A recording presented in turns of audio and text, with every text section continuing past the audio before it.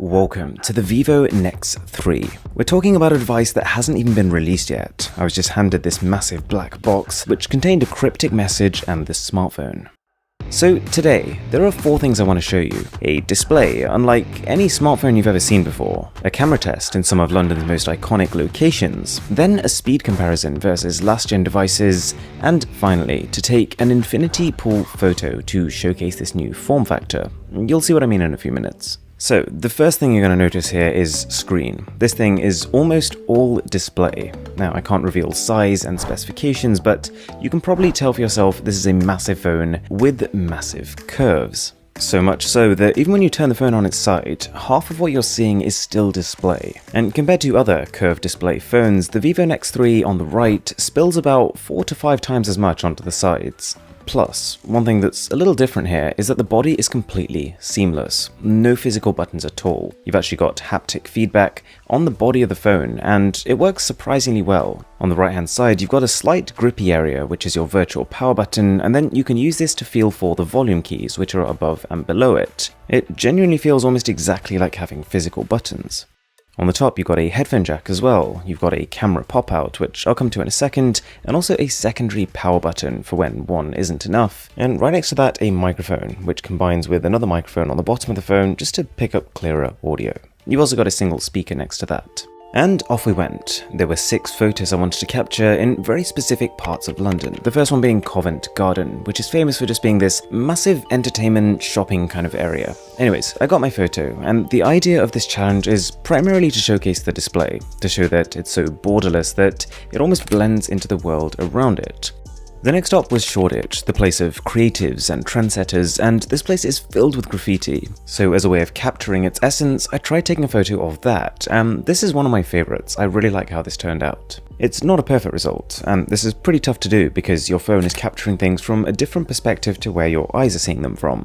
Next stop, the Shard, which is actually the tallest building in the entire United Kingdom, and it's around this area where you get some of the best 5G signal in the country, and so this is where I'm going to be doing these speed tests, which you'll see in a minute. Just while walking between the Shard and Tower Bridge, you've got the Tower of London, which is basically a massive palace, and it's beautiful, so I decided to get one of our photos here. Now, Tower Bridge is the one I'd imagine almost all of you will have either visited or seen or at least heard about. This is one of the most famous spots in the entire country.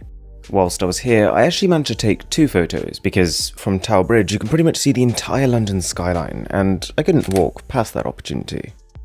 Right, so now that we were in this area and we were getting strong 5G signal in some spots of it, it was a good time to do a 5G speed test. But just before I jump into that, a few things worth noting. The phone has a glass back and a completely new camera system, which I can't say too much about, but it's different and it's exciting. So the first speed test was the obvious one. I literally pulled up the speed test application and compared a 4G smartphone on the left hand side and a Vivo Nex 3 on the right running 5G, and the difference is literally 10 times in terms of download speeds. The app then automatically switches to testing upload speeds, and whilst I was getting around about 10 megabits per second on my S10, I was getting closer to 30 on the Vivo Nex 3, reliably at about 25.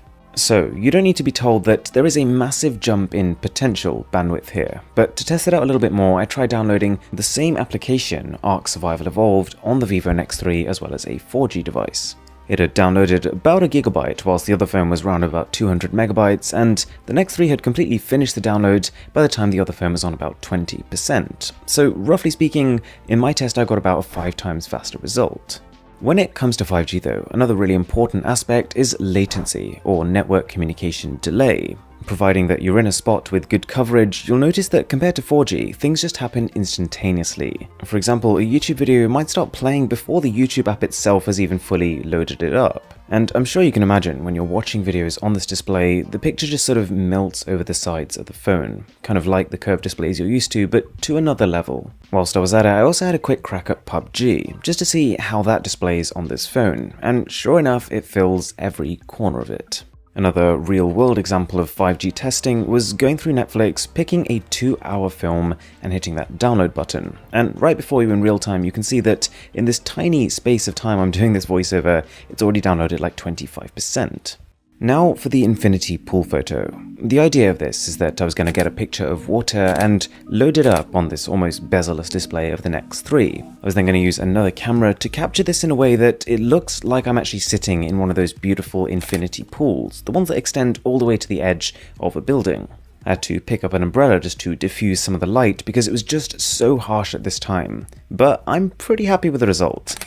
It almost looks like you're actually sitting in a pool that's flowing off the edge of a building. Kinda cool. Now, the device I've been using is super pre-production, so none of the software, none of the camera quality, none of that is final, and is all subject to potentially improve, but even from what I've seen, this looks like a massive refinement, as well as quite an out-the-box smartphone. If you enjoyed this video, a sub would be massively appreciated, and I'm also going to leave links below as to when and where you can find out more about the Nex 3. The launch event is very soon, and it's going to be a good one. Thanks a lot for watching, and I will catch you in the next one.